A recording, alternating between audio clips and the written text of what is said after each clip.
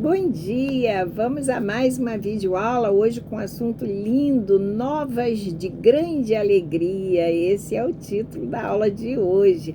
Nossas aulas têm sido baseadas na revista da Convenção Batista Fluminense. E essa aula também é de lá, tá? Hoje o nosso texto base está em Lucas, no capítulo 2, versos 10 e 11. Eu vou ler aqui para os irmãos. Mas o anjo lhes disse: não tenham medo, estou lhes trazendo boas novas de grande alegria que são para todo o povo. Hoje, na cidade de Davi, lhes nasceu o Salvador, que é Cristo, o Senhor. Vamos orar, pedir sabedoria a Deus. Querido Deus, eterno Pai, louvado, engrandecido seja, Senhor, o teu santo e glorioso nome. Ó, meu Deus, muito obrigada por mais essa oportunidade de estarmos estudando a tua palavra. Ó, Espírito Santo de Deus, conduza toda a aula, Pai, todas as coisas que serão ditas aos corações dos ouvintes, ao meu coração também, Pai, que eu seja apenas um instrumento nas tuas mãos. Muito obrigada, e essa oração eu a faço em nome de Jesus Cristo. Amém.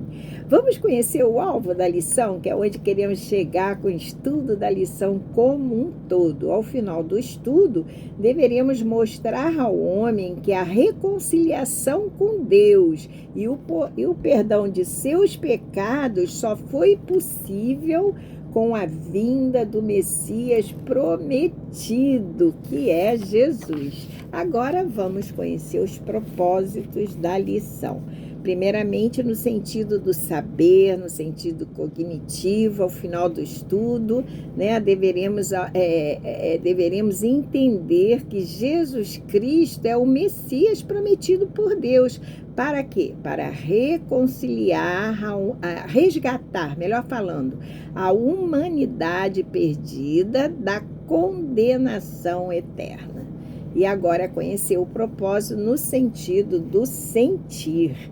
Ao final do estudo, deveremos perceber que o homem sem Jesus é escravo do pecado e está afastado de Deus sem salvação.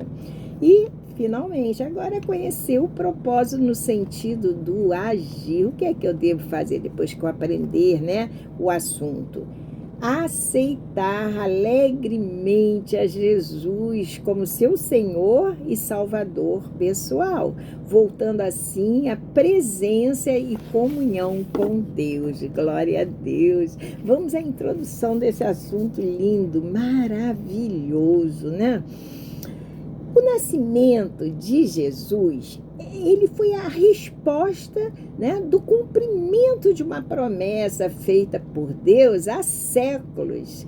E nós vamos ver que no Antigo Testamento existem muitos versos, desde Abraão, muitos versículos falando da vinda do Messias, falando do nascimento de Jesus. Gênesis mesmo, no capítulo 3, verso 15, né, quando Deus fala a Abraão. Existe também Gênesis, capítulo 12, verso 3, também vai falar dessa promessa. E existe Isaías, né, no capítulo 61, Isaías 61, os dois primeiros versos, com o cumprimento dessa promessa de Isaías em Lucas, no capítulo 4, do 16 ao 24. Mas eu vou me deter, né, a palavra de Isaías no capítulo 7, verso 14, com cumprimento em Mateus, no capítulo 1, do 21 ao 23, e eu vou ler para vocês. Então, peguem, se quiserem acompanhar, né, a Bíblia de vocês, e vamos abrir em Isaías, capítulo 7, verso 14. Já deixei a minha aqui preparada. Diz assim: por isso o Senhor mesmo lhes dará um sinal. A virgem ficará grávida e dará à luz um filho e o chamará Emanuel, que significa o quê? Deus conosco. E como eu disse, o cumprimento, né, dessa profecia de Isaías ocorreu em Mateus, vou abrir aqui, capítulo 1, do 21 ao 23. Eu vou ler aqui para vocês. Diz assim: cumprimento da profecia lá de Isaías, no capítulo 7, verso 14, que eu li. Então diz assim Mateus: ela dará à luz um filho, e você deverá dar-lhe o nome de Jesus. Esse foi o anjo falando, né, a Maria. Porque ele salvará o seu povo dos seus pecados. Aí ele continua no verso 22. Tudo isso aconteceu para que se cumprisse o que o Senhor dissera pelo profeta. A virgem ficará grávida e dará à luz um filho e o chamarão Emanuel, que significa Deus conosco. Viram? Existem vários, né? Vários versículos onde Deus faz essa promessa que enviaria o Salvador do mundo, que enviaria o Messias prometido, que é Jesus, né? Por sua onisciência, né, o nosso Criador já sabia, né, de antemão, que o primeiro casal lá no Jardim do Éden, né, Adão e Eva, né, que eles desobedeceriam a ele, que o casal desobedeceria a Deus, a ele, fazendo assim com que o pecado entrasse no mundo e dessa forma corrompesse toda a natureza humana. E não foi o que aconteceu? Sim, porque quando o pecado entrou no mundo, a entrada do pecado gerou o quê? Gerou de imediato a morte desse homem, né? Romanos 6, 20 Romanos 6, 23 fala isso. O salário do pecado é a morte. Então, quando o pecado entrou no mundo, já gerou a morte, né? Como consequência. E também teve uma outra consequência, o afastamento do homem, né, de Deus. Agora, Romanos 3, 23 fala, né, que pois todos pecaram e destituídos estão da glória de Deus, quer dizer, afastados estão da presença de Deus. Viram? Mas o nosso Criador já sabia de antemão que o homem era perfeito, que acabaria então desobedecendo, né? E dessa desobediência a Deus iria gerar o pecado que entraria no mundo e, como consequências do pecado, iria gerar a morte e o afastamento do homem de Deus. Ora, quer dizer, o homem tinha, né, aquela comunhão íntima com Deus. Não era Deus que ia toda tarde falar com Adão, e essa comunhão foi quebrada. Mas o pecado, ele não conseguiu, vamos dizer assim, retirar do homem a imagem, né, de Deus. O homem ainda, mesmo depois do pecado, ainda traz a imagem de Deus em si. Porém, o pecado o tornou violento, o tornou, como é que eu posso dizer, imoral, corrupto. Não é? E com o passar do tempo, o homem que não tem Deus, o homem ímpio, vai se tornando cada vez mais, né, imoral, mais corrupto, mais desumano, mais violento. Não é isso que nós temos assistido? Afinal, o mundo jaz no maligno, por isso nós necessitamos de Jesus. Então, o pecado desviou o homem, como eu disse, dos propósitos, né, de Deus, que Deus tinha com ele, e de sua companhia diária, né? Companhia essa que o homem desfrutava lá no jardim. Adão desfrutava prazerosamente da comunhão com Deus. Mas, infelizmente, o pecado quebrou esse elo, né? Essa comunhão. Daí, a pergunta pergunta de Deus, que Deus fez a Adão lá atrás, ainda ser válida para nós, para todos os homens das gerações seguintes a Adão. E que pergunta foi essa que Deus fez a Adão? Ora, Adão pecou, né? E com o pecado, depois que ele pecou, os olhos dele, do bem e do mal, né? Foram abertos os olhos. E ele sentiu o quê? Medo, vergonha e se escondeu. E aí Deus faz a pergunta. Que pergunta foi essa que eu perguntei a vocês? Onde estás? E essa pergunta é válida para cada homem, inclusive dos nossos dias. Pois o nosso Criador, não esqueçamos isso, já providenciou, através do Messias prometido, né, o caminho de volta, o caminho da reconciliação com Ele, pelo seu amor, pela sua misericórdia. Lembra que eu falei que ele já sabia de antemão que o homem ia pecar? Então, ele já havia providenciado, mas quando ele olhou para o mundo, não viu um justo sequer. Daí ele olhou para o lado e viu o seu filho, né? E aí Jesus prontamente aceitou vir a esse mundo. E ele aí faz a promessa, né, que enviaria o Messias. E nós vamos ver, isso é muito interessante, que ao longo do Antigo Testamento, pela boca dos profetas, não só pela boca de Isaías, mas dos demais profetas, e nós podemos até ouvir, é como se nós tivéssemos esse poder de ouvir as vozes dos profetas, mesmo que só lendo, né, a palavra de Deus, é como se nós estivéssemos ouvindo eles proclamarem a vinda do Messias, né? Pondo em prática, assim, o quê? Esse grandioso plano de redenção da humanidade. Plano esse de Deus, né? Por parte de Deus. Então, Jesus viria, esmagaria a cabeça da serpente, né? E aí nós vamos ver que tudo isso se cumpriu quando ele vence a morte.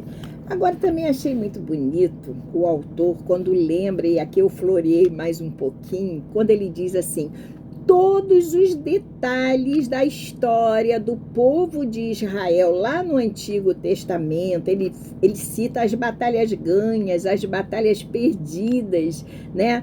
Que o povo de Israel teve que enfrentar contra as nações ímpias, inimigas, até mesmo para a conquista da terra prometida. Vocês devem lembrar, né, que quando eles faziam por conta própria, se desviavam de Deus, eles acabavam perdendo a batalha. Mas assim, todos os detalhes, é isso que eu estava falando, né, da história do povo de Israel. As batalhas ganhas, perdidas, né, que o povo teve que enfrentar. Cada rei que foi coroado, destronado, destituído, né? Cada império, né, levantado por Deus ou mesmo destruído, foi cuidadosamente orquestrado por Deus para que chegasse o tempo apropriado lá na história, né, do povo de Israel, para o nascimento e ministério de Jesus Cristo, né? Que o apóstolo Paulo chamou de quê? De plenitude dos tempos. E vocês podem ver isso em Gálatas 4:4, né? Então, Deus cuidou, Deus é o dono da história, Ele cuidou para que esse tempo da vinda do Messias prometido, seu ministério aqui na terra conosco, né, nos trazendo a esperança de salvação, pudesse acontecer no tempo exato, na plenitude dos tempos, e assim ocorreu. Então, finalmente chega esse tempo, chega o tempo do cumprimento da promessa de Deus à humanidade. Jesus Cristo, o Filho do Deus Altíssimo, né? O ungido de Deus, o ungido do Senhor, o Messias prometido, o Senhor dos senhores, o Rei dos reis, foi concebido no ventre de Maria por uma ação que milagrosa do Espírito Santo, enquanto Maria era virgem. Ora, Jesus não foi concebido da maneira que nós fomos, da junção carnal entre um homem e mulher, não. A Maria era virgem e foi por uma ação milagrosa do Espírito Santo. Assim, Jesus não se contaminou, né, com o pecado original, inclusive da sua mãe. E pela ação do Espírito Santo, Maria deu à luz a Jesus, conforme o anjo anunciou que ela deveria chamá-lo, né? Deu à luz a Jesus, cuja humanidade não foi afetada de modo nenhum pela natureza pecaminosa de sua mãe, o que lhe permitiu, porque todos somos pecadores, inclusive Maria, porque trazia nela o pecado natural, né, do primeiro casal. Então, Jesus, de modo nenhum, a sua natureza, né, foi afetada pela natureza pecaminosa, sua humanidade, perdão, pela natureza pecaminosa de sua mãe, o que lhe permitiu o quê? Mais tarde, oferecer a Deus Pai, o sacrifício perfeito pela humanidade. Não é verdade? Sim, porque ele ofereceu esse sacrifício para quê? Para remir os pecadores e salvá-los, né? Salvar a todos os homens que por meio dele, por meio de Jesus, né, poderiam se chegar a Deus novamente. E nós podemos, depois vocês com calma vejam Hebreus, no capítulo 4, verso 15, fala sobre isso, né? Também o 7, do 25 ao 28 de Hebreus. E com calma vocês leiam a história.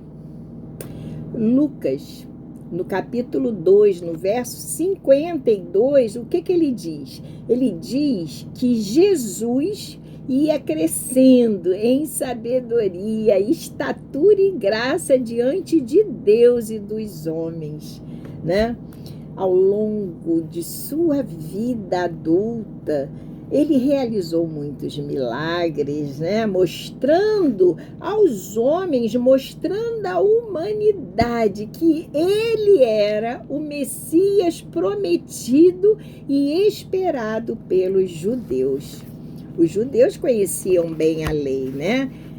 Mas, infelizmente, eles esperavam lá que o rei deles chegasse, talvez cheios de pompas, né? De glória, e que tirassem do jugo do Império Romano. Mas Jesus nasceu humildemente numa manjedoura, né? E eles não aceitaram. Mas isso tudo era propósito de Deus, que endureceu o coração deles para que os gentios, nós, né, pudéssemos ser enxertados na árvore natural. Tudo tinha, vamos dizer assim, um comando de Deus e foi cuidadosamente orquestrado por Deus.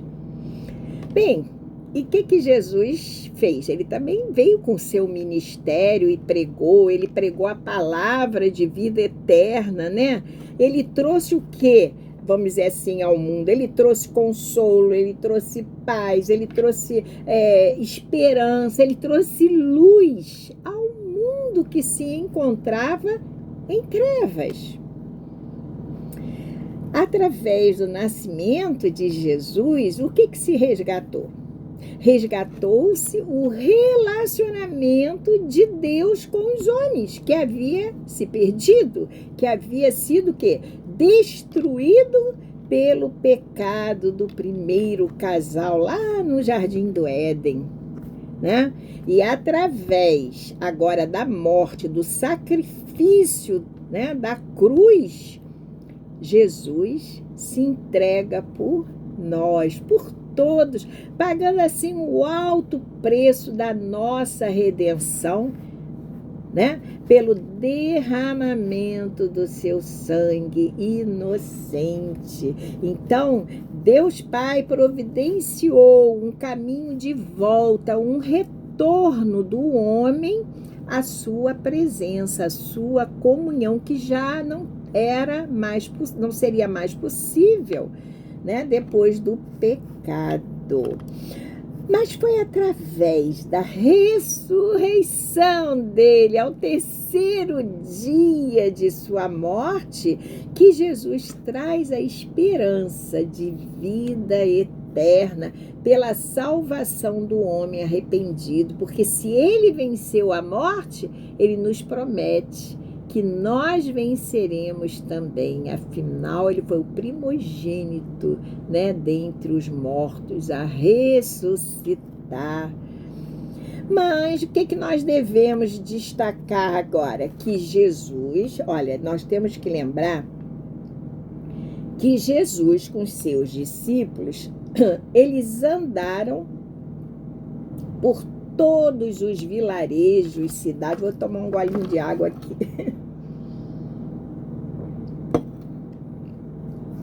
Né? Nós vamos lembrar disso, que Jesus com os discípulos andaram mesmo por todos os vilarejos, cidades, por todos ali aqueles locais, levando o quê? Levando libertação, levando curas, né? Perdão, a curas, né? Porque milagres, realizou vários milagres, mas levou principalmente uma palavra onde ele propagava as boas novas de salvação aos perdidos. Isso tudo ele fazia por onde eles faziam, né? Por onde passavam. Jesus ali estava sempre com os seus discípulos, ali ele falava, né?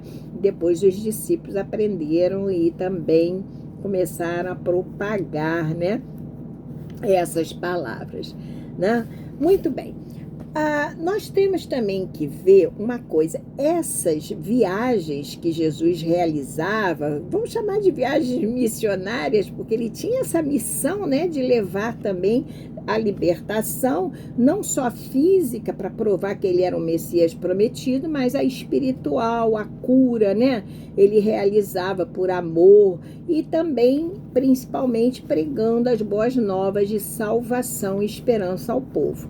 Então, essas viagens, vou chamar missionárias de Jesus com seus apóstolos, elas foram assim muito facilitadas, eu acho que seria essa palavra, pelas estradas que haviam sido construídas pelos romanos, né? No período lá do seu império, do Império Romano. Eles construíram essas estradas que ligavam os principais centros urbanos e comerciais da região.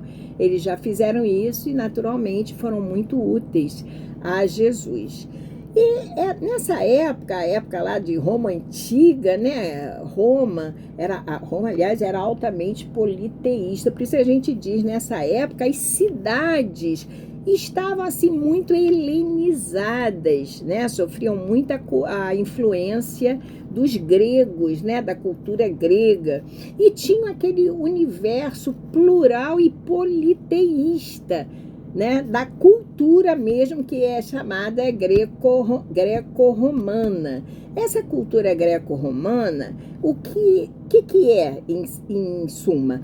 Eram as ideias, as tradições, né? Eram os costumes, vamos assim dizer, formados a partir da fusão, né, dos povos gregos e romanos. Então, ali houve toda essa fusão de culturas. E o que era, na realidade, a palavra que era pregada nessas regiões? Ora, era uma cultura politeísta, e a verdade da cruz acabava que para os judeus era escândalo. né? Pois os judeus buscavam sinais, nós sabemos disso, e para os gregos, que eram gentios, era loucura, né? Os gregos buscavam sabedoria, mas a palavra de Deus diz que a palavra de Jesus era a palavra de sabedoria, né? Palavra era loucura para aqueles que não a conheciam. Depois vocês deem uma lida em 1 Coríntios, no capítulo 1, do 22 ao 24. Mas o que era pregado era o quê? Era Cristo crucificado, né?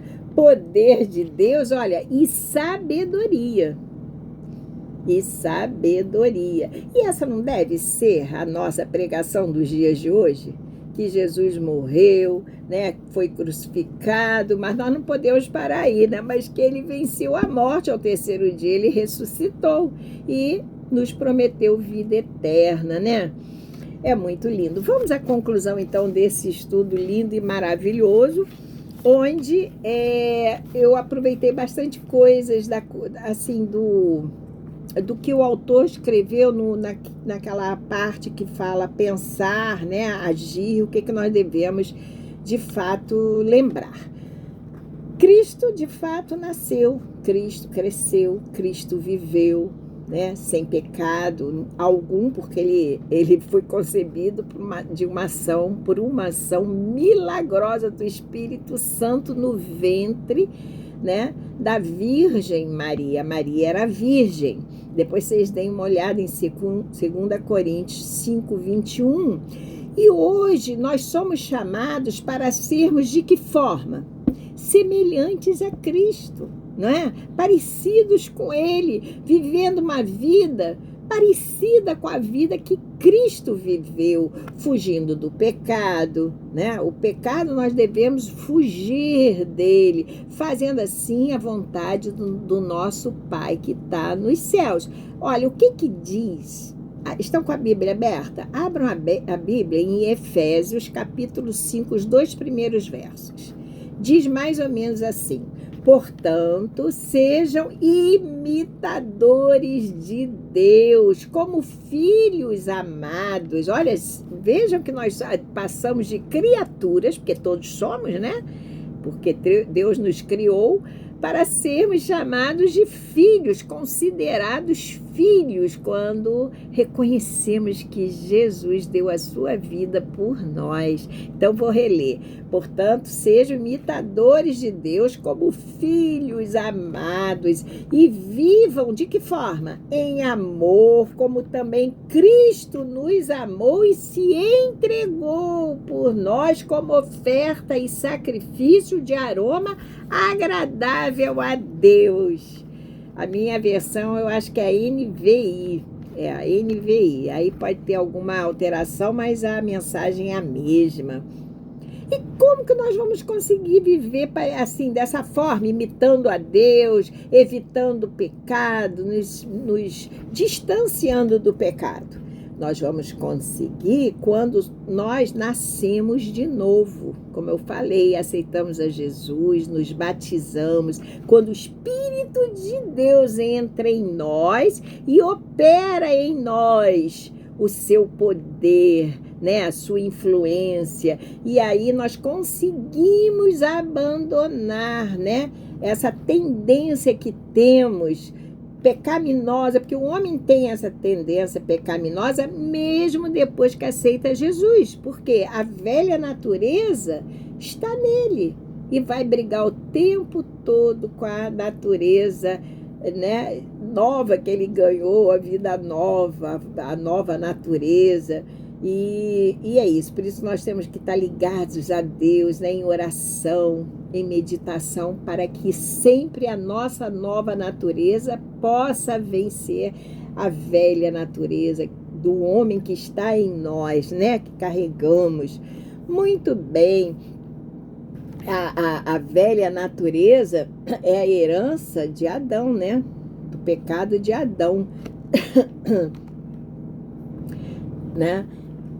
Mas nós não precisamos estar sobre esse senhorio de Adão, não. Hoje nós podemos o quê? Evidenciar os efeitos do novo nascimento, né? Da nova criatura que nos tornamos e sermos levados e procurarmos viver parecidos da forma como Cristo viveu. Então veja que o nascimento de Jesus nos deu essa esperança, né, da libertação do pecado, não diz o autor, não apenas para a vida futura, não, mas sobretudo a certeza de que podemos vencê-lo no presente. Né? Pois nós não estamos mais sob o seu pesado jugo, estamos? Não, do pecado? Não, nós estamos debaixo de quê? Da maravilhosa graça de Jesus. Glórias a Deus. Hoje nós temos vida nova, né? Nós temos a vida eterna, já começa aqui, no momento que nós aceitamos. Sabemos que é um processo, né? A nossa santificação toda é um processo, o nosso crescimento espiritual, mas Cristo, o Espírito Santo nos ajuda, porque Cristo habita em nós. Ele não disse, estarei convosco todos os dias, até a consumação dos séculos? Então vamos nos encher de esperança, vamos temer a Deus, né? Lembrando que Cristo, ele se fez homem, ele era dele, sempre foi Deus, filho de Deus, mas ele se fez homem por nós, porque por um homem entrou o pecado, havia necessidade que por um homem perfeito saísse o pecado, né? O Cordeiro de Deus que leva e tira o pecado do mundo, tinha que ser por Jesus, embora ele trouxesse a divindade que estava latente nele, e quando ele tornou-se adulto, ele demonstrou a divindade realizando aqueles milagres, né, maravilhosos para provar que ele era o Messias prometido, não só provar aos judeus como aos gentios, né? Então ele morreu, mas ele ressuscitou e ele nos prometeu o quê? Voltar agora. Nós estamos no tempo da graça, onde todos podem ser salvos, mas quando ele voltar, ele arrebatará a sua igreja, e aí será mais difícil, né? Seu coração, ele diz assim, tem se esvaziado do velho homem para viver como Cristo viveu? A pergunta que ele faz. Ou você tem vivido pelos seus próprios propósitos e desejos? Então, eu vou parar aqui com essa meditação, a nossa aula aqui já foi dada, que vocês possam meditar bastante, que vocês tenham aprendido bastante e, acima de tudo, possam aplicar tudo isso na vida de vocês, se aproximando a cada dia mais de Jesus, né? É isso que eu desejo. Fiquem com Deus, até a próxima videoaula. Ok?